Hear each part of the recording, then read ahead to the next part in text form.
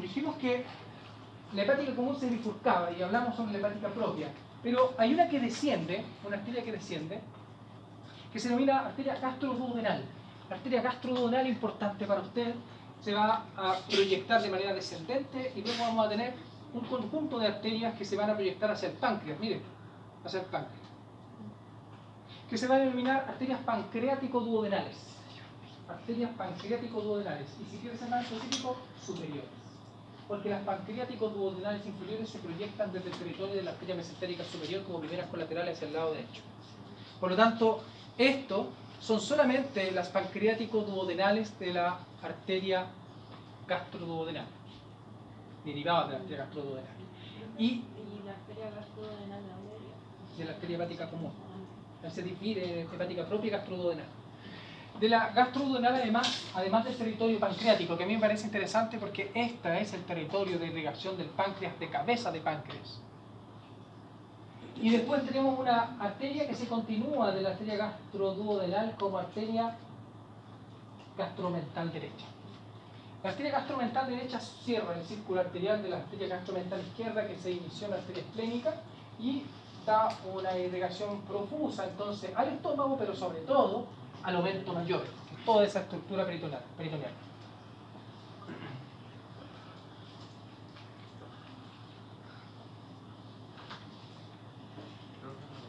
Sí. La gástrica derecha es colateral, pero de la hepática propia. Ahí viene. Hepática propia. Exacto. Ahí está la colateral. Por lo tanto, el circuito arterial que se proyecta del tronco celíaco está cerrado por casi todo, por todos los lados.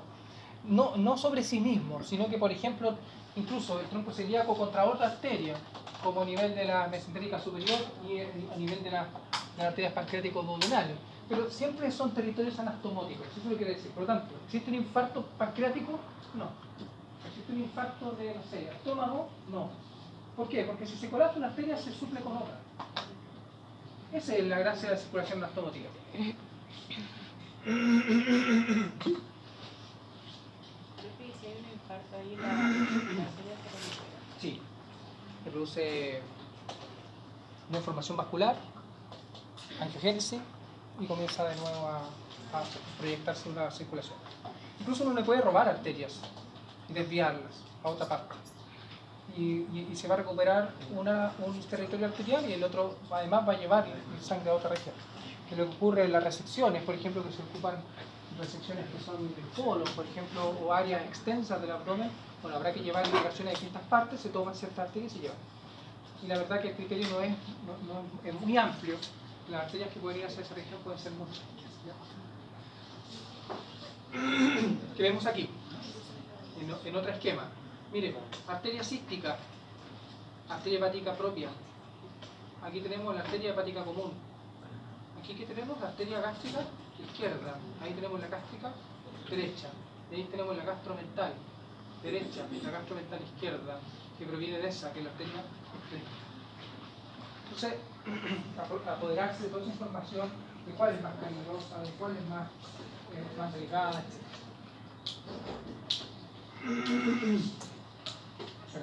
Mesentérica superior.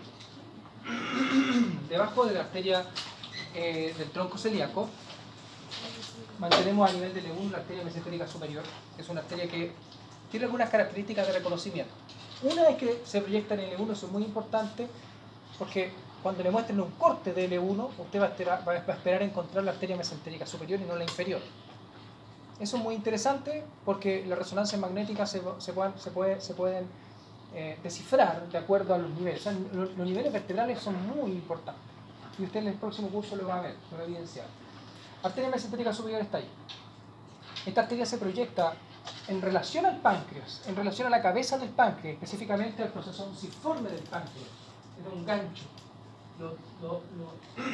Pasa a través de él, se proyecta en la tercera porción del duodeno, desciende después de atravesar la tercera porción del duodeno y se va hacia el lado derecho levemente.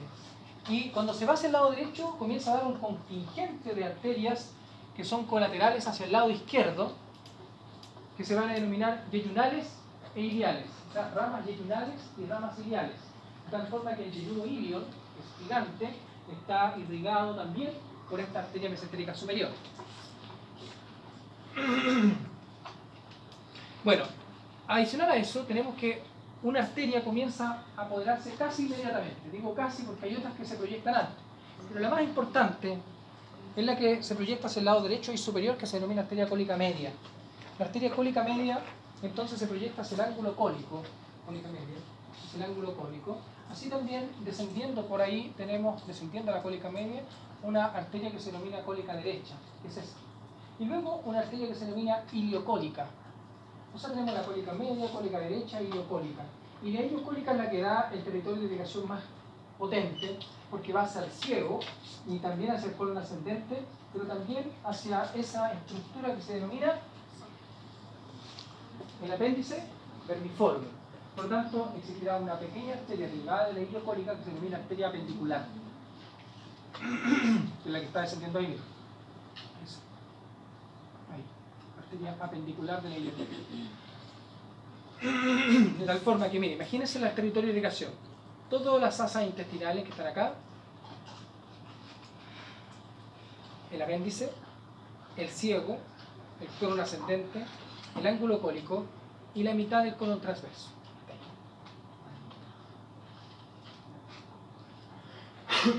De tal forma que el resto del colon esté irrigado por la mesentérica inferior. ¿Ya? La mesentérica inferior se tiene que imaginar siempre hacia el lado izquierdo. La mesentérica superior se tiene que imaginar siempre a la derecha. La mesentérica superior es un territorio más amplio, la mesentérica inferior es un territorio más reducido de irrigación. Mesentérica inferior, a nivel de L3. En L3. Y en L3, mire cómo se proyecta. No es tan amplia. Cuando usted la observa realmente, no es tan grande como se ve ahí la representación, pero puede ser fina y continuar fina por mucho tiempo y finalmente hacerse ramas que no disminuyen tanto su calibre, sino que se conserva el mismo calibre más o menos parejo hasta sus arterias que son terminales. La arteria se proyecta entonces de la mitad del colon transverso, el ángulo cólico izquierdo, colon descendente, colon sigmoide y la primera porción del recto. De tal forma que aquí vamos a mantener una arteria importante que deriva de ella, que es la arteria cólica izquierda. Y esta arteria cólica izquierda, además, sus ramas que son descendentes, se proyectan hasta anastomosarse con arterias que se denominan sigmoideas. O sea, tenemos arterias que se denominan sigmoideas como esa. Son varias, pueden ser 2 o 3 arterias sigmoideas. Y después tenemos una arteria que se denomina rectal superior, que le da irrigación a la porción superior del recto, la arteria rectal superior. Estas arterias, veamos, ¿tenemos otra imagen? No. Estas arterias, finalmente, termina produciendo una arteria que no se ve mucho acá, pero está en relación a la... Son pequeñas arterias que están en el margen del colon. Van así. ¿Y saben cómo se llaman? Marginales. Bien puesto el nombre. Arterias marginales. Y de las arterias marginales, unas arterias que se proyectan así, directamente al colon de las arterias marginales, se denominan arterias rectas. También está bien puesto el nombre. Arterias marginales y arterias rectas son las terminales de la arteria mesentérica inferior. Así todo, la arteria mesentérica superior termina de la misma forma, en arterias marginales y arterias rectas. Perfecto.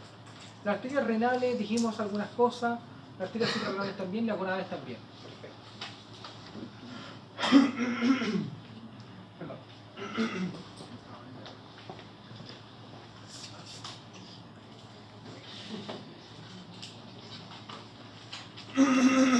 Esto es lo real.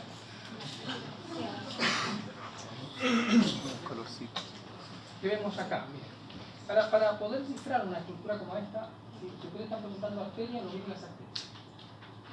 Y otras cosas, para que ustedes primero subir. Entonces, lo primero que tenemos que decir es: esto es hígado, esto es estómago. Entonces, eso es esófago, porción abdominal. Bien.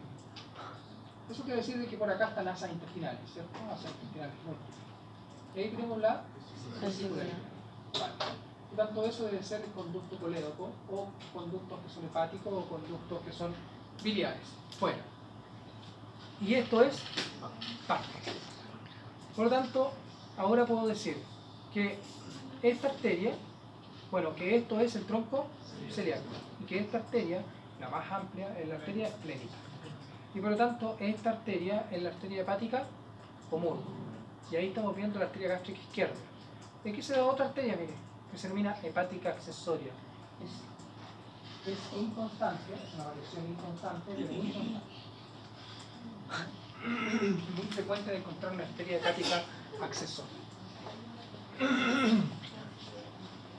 Ahí tenemos una arteria que nace de la arteria hepática, perdón, de la arteria gastroduodenal, que es la arteria pilórica. Arteria pilórica. La hepática accesoria sale en tronco celíaco. La hepática accesoria. Pueden hacer el tronco celíaco o pueden hacer la misma hepática común.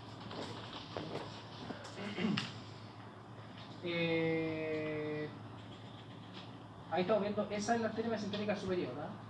Mesentérica superior. Yo sé que usted la imaginaba ver bien abajo, pero no está nada.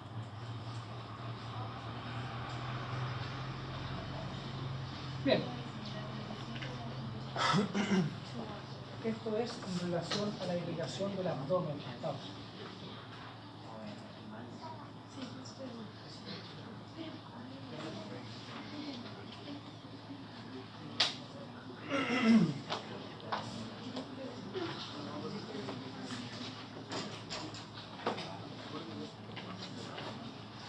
Veamos entonces en el resto del territorio arterial.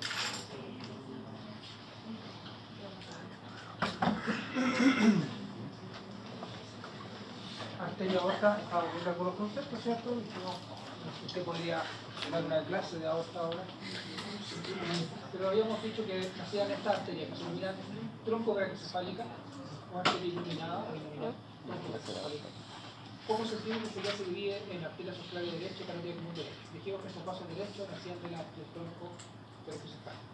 Y después teníamos una arteria carótida común izquierda y una subclavia izquierda, ¿cierto? Del arco abajo. Por lo tanto, tendremos un conjunto de arterias que son ascendentes y que se van a dirigir hacia el cuello y se van a dirigir hacia la cabeza y hacia el encéfalo. Esto es lo que tenemos. Arteria brachiocefálica que está escondida, una arteria subclavia, ahí está la arteria brachiocefálica, ahí está la arteria subclavia del lado derecho, ahí está la carótida común.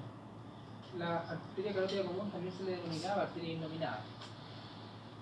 Y después tenemos la arteria carótida común del lado izquierdo y la arteria subclavia izquierda. Nunca olvidar que la arteria subclavia es tremendamente importante porque le da en su mayoría el territorio al miembro superior y a otras porciones. O sea, es parte del tórax y miembro superior, la arteria subclavia.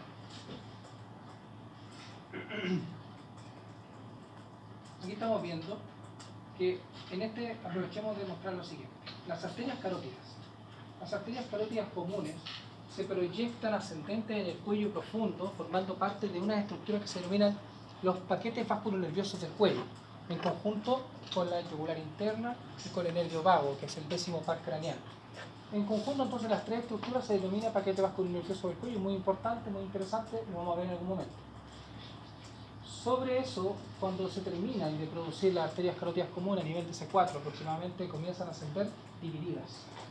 Se comienzan a dividir en una arteria carótida común, perdón, una arteria carótida interna y una arteria carótida externa. La arteria carótida interna es esencial para la irrigación del encéfalo. Por lo tanto, no pierde tiempo y se va al encéfalo y no da colaterales en el cuello. No tiene tiempo para eso porque da una irrigación demasiado importante. En cambio, la carótida externa, no le quiero restar importancia porque la arteria carótida externa da irrigación a todo el territorio de la cara.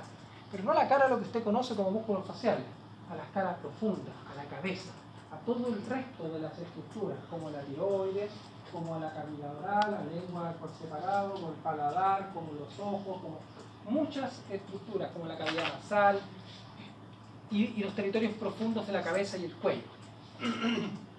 Por lo tanto, arterias carótidas, común, externa e interna, tendrán su apartado independiente. ¿En cuándo? Porque yo veía algunos, muchos años, algunas clases que están tipeadas y muchas veces colocan, es mentira, nunca vimos la arteria carótida externa o interna. El tema es que la arteria carótida interna no la van a ver ni en este ni en el próximo curso, la van a ver en neurociencias. No tiene importancia ahora que yo le hable de cerebro. Usted no sabe lo que es el tálamo, el putamen, la configuración interna del tronco encefálico, ni nada de eso. Por lo tanto, la idea es que usted, la carótida interna, sea vista en neurociencia, en un apartado independiente de neurociencia. Así como la carótida externa es un apartado independiente dentro del capítulo de cabeza del curso de morfología 2. Por lo tanto, usted va a tener esas clases de carótida, si es que pasa. ¿Cierto? Es como el premio.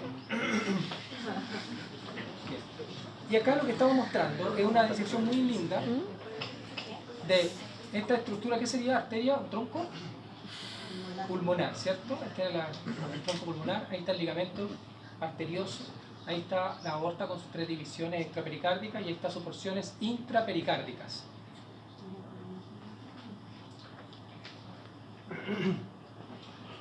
La arteria carótida común. Este tipo de analogías que se hacen de las carótidas es por el hecho de que una presenta su tronco encefálica y la otra no, por lo tanto siempre la izquierda debe ser más larga que la derecha, claro que sí. Y después se van a dividir en una carótida externa y una carótida interna. De manera gruesa, vamos a decir que la carótida, primero, una vez que se dividen, la carótida interna es externa visualmente y la carótida externa es interna visualmente. Por lo tanto, lo que usted queda viendo en el cuello es la carótida interna, cuando hacemos una disección profunda. Y la carótida externa se empieza a perder, porque va a dar un conjunto de arterias que son profundas a nivel del cuello, de la cabeza. Entonces, nosotros en la disección casi que continuamos viendo esto. Bueno, pero decimos que la carótida interna asciende verticalmente, ascendente, y después tiene un recorrido sinuoso en el hueso temporal para incluirse en el foramen carotídeo o foramen trasegado anterior, ¿se acuerdan? Y se proyecta dentro del seno cavernoso para dividirse en un contingente de arterias que van a ir hacia la cavidad ocular, una arteria oftálmica que es una maravilla de cómo se divide, y además tiene arterias que van a invadir nervios, pero sin ser vasa nervorum, porque no van a darle implicación a los nervios, sino que los toman como vehículo y lo llevan hacia el fondo del ojo. Una maravilla. Y después tenemos arterias que son las divisiones finales de la carótida interna, que van a ser la arteria cerebral anterior, cerebral media, cerebral posterior, que van a dar un territorio de irrigaciones cerebrales maravillosos también, porque unas se van a dividir para la cara medial del cerebro, otras para la cara anterior del polo frontal y otras para las caras posteriores e inferiores del cerebro. Se van a dividir sus territorios. Pero todas van a ir hacia el encéfalo, y eso es muy interesante. La carótida externa, en cambio, da un conjunto de arterias que cada una por sí sola podríamos nosotros estar hablando mucho rato, pero vamos a decir las principales. Y las principales o los troncos que nosotros hablamos son la arteria tiroidea superior. La arteria tiroidea superior que usted ve ahí es una arteria que le da una irrigación profusa a la glándula tiroides y es acompañada por la arteria tiroidea inferior, que se ve algo como esa, arteria tiroidea inferior. Pero esa arteria tiroidea inferior nace de un tronco que se denomina tronco tirocervical de la arteria subclavia y va ascendiendo y finalmente terminan anastomosándose. Siempre la arteria tiroidea superior es más potente, más grande, más profusa, da más irrigación a la glándula tiroides. Y la arteria tiroidea inferior le da más irrigación a la paratiroides, ¿ya? E incluso al timo. Después tenemos una arteria que es muy, muy grande, amplia, muy profunda, sinuosa, y se va hacia adentro, es la arteria lingual. La arteria lingual es toda una odisea, su trayectoria entre los músculos de la lengua y todas sus divisiones, para dar un contingente de arterias para irrigar a todos los músculos de la lengua, que no sé si lo analizamos, parece que no, pero son muchos. Por lo tanto, la arteria lingual tiene recorridos muy, muy interesantes, sobre todo a nivel quirúrgico, porque entre sus pasos por las estructuras musculares va formando triángulos. Los triángulos musculares le van formando una sección, otra sección a la arteria lingual y esos triángulos son quirúrgicos. Por lo tanto, cada sección de la arteria lingual tiene un triángulo quirúrgico para ser ubicado. Arteria facial.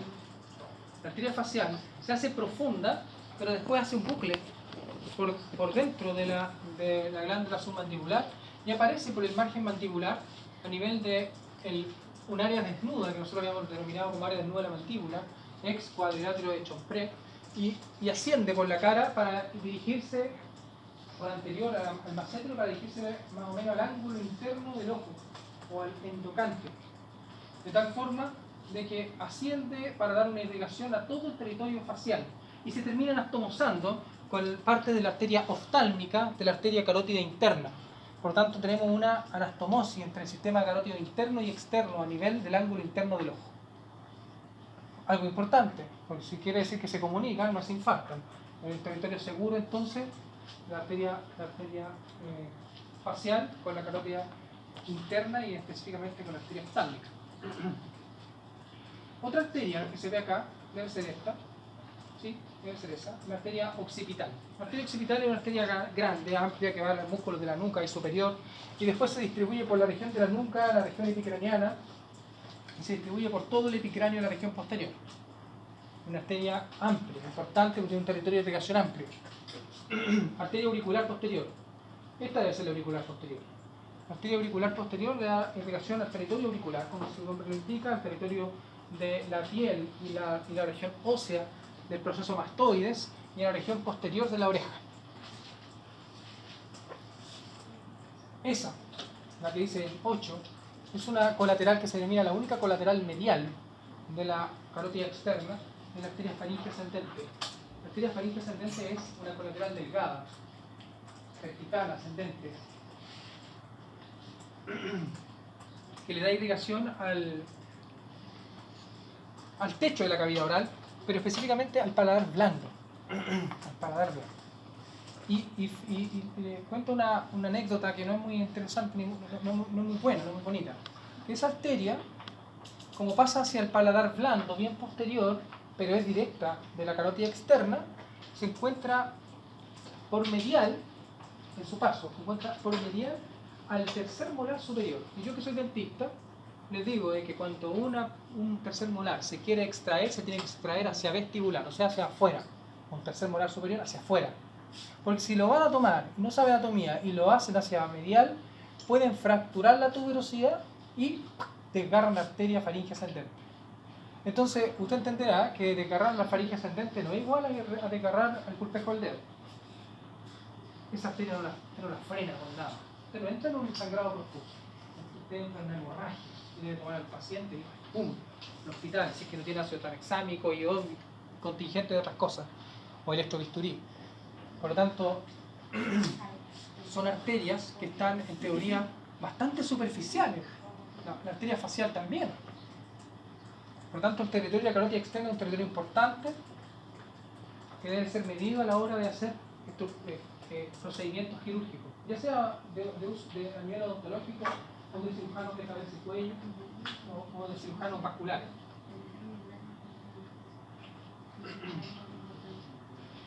Esto es lo que decíamos. Inicialmente la carótida interna va por fuera, a la altura del margen mandibular y se cruza quedando invertible. La carótida externa irriga todas las estructuras de la cara, emitiendo las correspondientes arterias. Nosotros las hablamos. Anteriores, la tiroides superior, la primera, la arteria facial y la arteria lingual, la dijimos. La medial, la arteria faringe ascendente, y las posteriores, la occipital y la auricular posterior. Pero estas son las divisiones nomás, las seis colaterales de la facial, perdón, de la carótida externa. Pero esto es para hacer una clase única de carótida externa. ¿Ya? Ese es un triángulo en el cuello que se denominaba triángulo de Farabee. A mí me encantaba el nombre, el triángulo de Farabee. Porque hay mucho instrumental quirúrgico que tiene apellido Farabee, ¿cierto? Pero ahora se denomina triángulo carotídeo y perdió toda la magia. Es para poder observar la carótida externa, un triángulo que se produce entre la yugular interna, el paso de la yugular interna, que es vertical, el tronco principal de irrigación de afluentes que llegan a la yugular interna, que es el tronco tirolingo-faringofacial, que es este, y esta estructura nerviosa, que es el decimosegundo par craneal, que es el nervio hipogloso, que va a ser toda una travesía mental cuando tengamos que analizar neurociencia, y lo que produce en infartos vasculares el nervio hipogloso cuando es de territorio central. Entre el nervio hipogloso, el tronco tirolingo-faringofacial y la vena yugular interna se forma el triángulo, mejor dicho, de Farabee. Creo que hay algunos epónimos que no deben cambiar. ¿Qué es lo que observamos ahí en el triángulo Farabeuf? Es un triángulo para observar todo el contingente de arterias que se produce de la carótida externa. Por lo tanto, se ven las colaterales. Mire, la tiroides superior, la arteria lingual, la arteria facial, la arteria occipital, la arteria faríngea ascendente. ¿Cuál es el que no se ve? La única dentro del triángulo es la arteria auricular posterior. Pero el resto las encontraría todas ahí. Por ejemplo, si un cirujano de cuello quisiera ir a ligar alguna de esas arterias. Carótida interna. De la carótida interna se entiende que el territorio de irrigación es a nivel encefálico. Si usted lo piensa, cuando estas estructuras ascienden y tienen estos territorios sinuosos y se quiebran en el temporal, imagínense, asciende, después se quiebra en el temporal, hace un recorrido horizontal, después vuelve a quebrarse y ascender, y después ingresa por el foramen rasgado anterior y se vuelve a quebrar. Una arteria muy extraña en su recorrido, porque no hay igual que el resto, que tiene un recorrido libre. Ah, pero es que tiene una explicación. Es que si esta arteria, que es gigante, y casi colateral directa de la aorta, ¿cierto? Esa potencia de flujo vascular que mantiene para llegar a un territorio que necesita una irrigación de un flujo lento, necesita sifones de protección para que se disminuya el flujo de la sangre, la velocidad. Entonces se producen estos sifones para que la sangre llegue con una velocidad disminuida y pueda producir nutrición al encéfalo. Mire qué maravilla. Sistema de protección de sifones. Toda arteria que ingresa al encéfalo tiene sistema de sifones. Por lo tanto, las arterias vertebrales que derivan del sistema subclavio también lo poseen. ¿Saben dónde?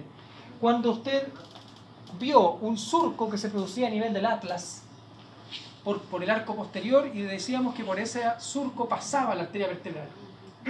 Bueno, pero si la arteria vertebral es ascendente, pero después en el arco posterior del atlas es horizontal y luego vuelve a ascender. Por tanto, también tiene sistema de sifón antes de convertirse y unirse en una arteria basilar. Aquí tenemos las arterias vertebrales. Miren, arterias vertebrales ascienden y finalmente se unen en una arteria que se denomina basilar. Perfecto. De la basilar nacen muchas arterias, después las vamos a ver en algún momento. Y fíjese cómo la arteria basilar finalmente se comunica. De hecho, se llaman arterias comunicantes. Estas arterias comunicantes con las arterias carótidas internas.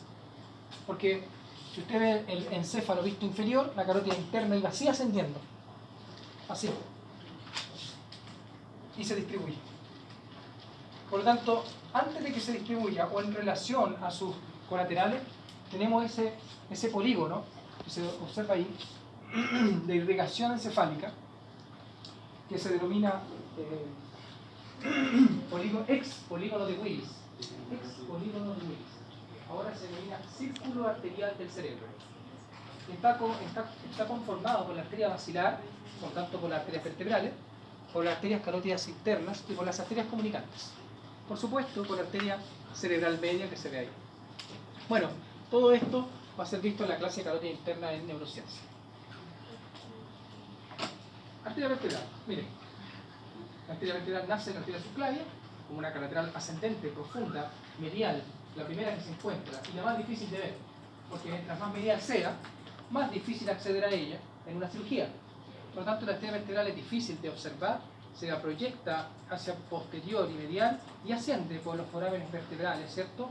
Los forámenes transversos, perdón, de las vértebras cervicales, pero no de todo. La C7 no mantiene a la arteria vertebral. Esta se proyecta en ascenso desde la arteria C6 hacia superior. La C7 solamente tiene contingentes venosos. ¿Ya? Por lo tanto, de C6 hacia superior, arteria vertebral. Y finalmente en el atlas produce ese sifón, antes de convertirse en una arteria basilar. Eso es como un refresh, un mejor que eso, ni siquiera refresh porque usted no manejaba esta información.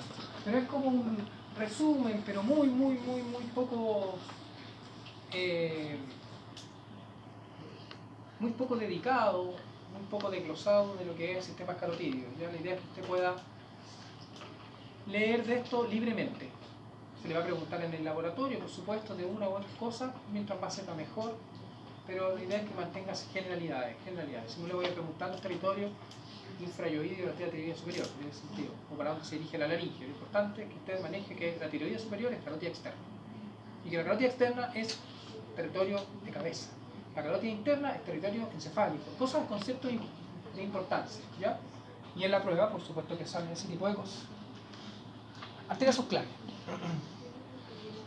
La arteria subclavia es una gruesa arteria que se proyecta al lado derecho del tronco brachioencefálico, del lado izquierdo de manera independiente. Por tanto, la del lado izquierdo es más amplia o más larga. La del lado derecho, en cambio, toma contacto rápidamente una vez que nace con el territorio del escaleno anterior. El escaleno anterior se proyecta por anterior a ella porque detrás del escaleno está el surco de la arteria subclavia y por anterior al escaleno anterior el surco de la vena subclavia. Por lo tanto, el escaleno anterior es importante para identificar la vena subclavia o la arteria subclavia. La arteria subclavia se proyecta más profunda siempre porque el territorio vascular arterial siempre es más profundo, como una regla, como una ley. Siempre es más profundo que una vena. Siempre hay diferencias, siempre hay algunas excepciones, pero normalmente las arterias son más profundas. Por lo tanto, el surco subclavio que está profundo. El surco de la vena subclavia es más superficial o más anterior. ¿Qué es lo primero que nosotros nos encontramos como colaterales de la arteria subclavia? La primera, arteria vertebral. La arteria vertebral es medial, mira, ahí está, probablemente es esta, se asciende profunda al escaleno y se va hacia los territorios que dijimos como círculo arterial del cerebro. Y al lado de él, al lado lateral, se encuentra un tronco que se denomina el tronco tirocervical. El tronco tirocervical tiene 4 arterias de importancia. Un tronco común que proyecta una arteria que ya se la nombré, que se denomina tiroide inferior. Ahí está, la arteria tiroide inferior, que termina de complementar el territorio de irrigación de la tiroidea superior de la arteria. ¿De qué arteria hay la tiroidea superior? Carótida externa. Y una arteria que se denomina cervical ascendente. O sea que el tronco común del tronco tirocervical nos da la arteria tiroidea inferior y la cervical ascendente. La arteria cervical ascendente se proyecta sobre el escaleno anterior y lo termina de irrigar, e irriga toda la musculatura que está en relación al escaleno anterior, o sea, los músculos laterales del cuello. Luego tenemos una arteria que se denomina cervical transversa. La arteria cervical transversa es importante, tiene un calibre amplio, se proyecta en el triángulo lateral del cuello, es punto de referencia quirúrgico, es uno de los contenidos más importantes del triángulo lateral del cuello, se proyecta dando irrigación a la musculatura por posterior y traspasa o se proyecta o cruza el plexo braquial. Por tanto, la